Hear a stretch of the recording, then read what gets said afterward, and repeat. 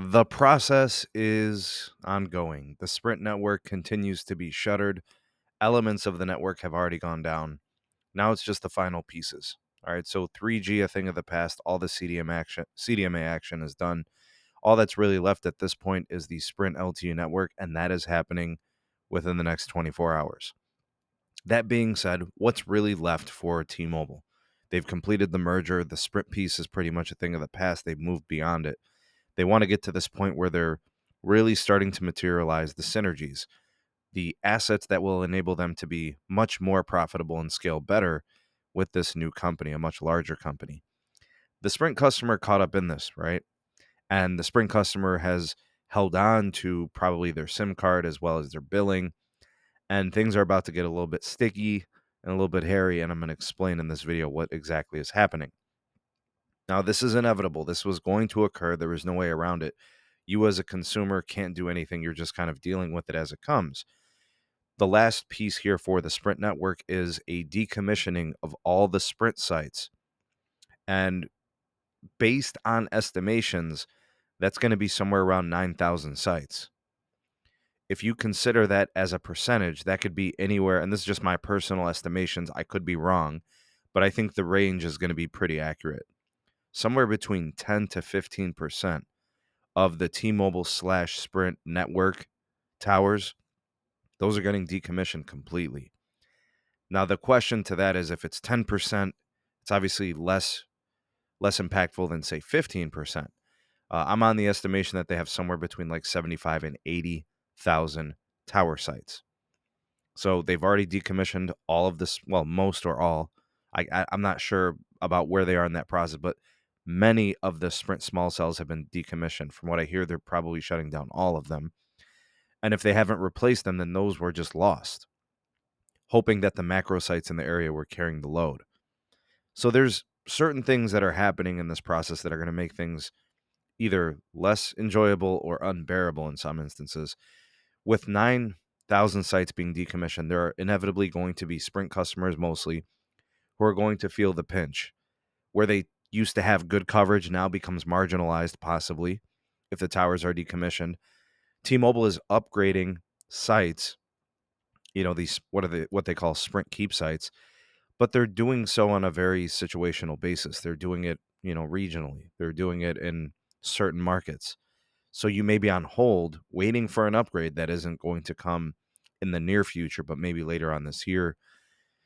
They got a certain amount of capex. They have a certain amount of money that they can spend within each market, and that budget indicates how soon they can get to certain things. So there are no doubt going to be people that are going to be frustrated with the coverage, whether it's home, work, or wherever they frequently hang out or whatever. So if T-Mobile doesn't have native coverage there, they haven't upgraded a Sprint Keep site, there are going to be some rough situations. Now, that's a lot of sites to go down. The nice thing is many of those sites have already been, co-located sites. They've gotten upgrades for the T-Mobile gear, so that's up. So you don't have to worry about that. Those situations are fine. It's the situation I described where you're losing coverage and you may become either without coverage or you may have lesser coverage or lesser performance. So that's definitely a possibility. So just be ready for that. That is probably going to be happening. From what I understand, the decommission process is literally going to be rapid, swift, instantaneous. All those sites are going to be turned off. And then that's going to be the end of it. And then there's not much really else there to cover.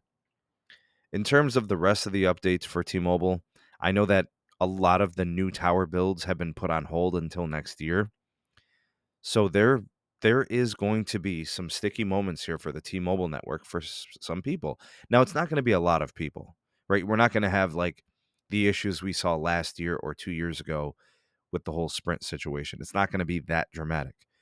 But it's going to be a small percentage of people, but there are people that are going to be affected by this. But the nice thing is a lot of the growing pains are behind us, and a lot of people can just move forward knowing that the process is happening and you're just going from here. But this is pretty much it. The Sprint network is done. It is over. That's how many sites are being decommissioned. There are some sites that are going to be retained for Dish, and they will be putting up their gear on those sites. T-Mobile will have to take down all their gear if Dish is going to go where the previous Sprint rack was. When it comes to the Band 26, that's another thing we're monitoring.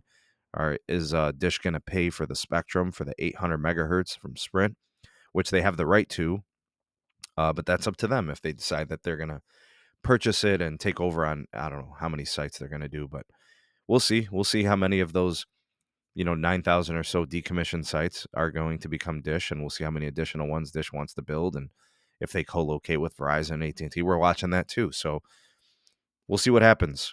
Just an update. This is kind of like a PSA. Give you guys a time frame, understanding of what's going to be happening for like the next year and how many sites are impacted. Again, my estimate's between 10 and 15% of the network is actually getting shut down here from a tower level standpoint, tower numbers. Comment down below your thoughts and opinions on this. You all, the voice of the people, the SMT Nation. Let your voice be heard. Please do like and share this video and subscribe for more videos like this. And then turn on that bell notifications icon to never miss an upload. Be the first to know. Links in the description for my Patreon page if you want to support us. Get early access to content and exclusive videos not found anywhere else. Links for my Twitter handle down in the description as well. And all business inquiries can be set to the Gmail address in the description box. Thanks for watching. See you all in the next one. Peace.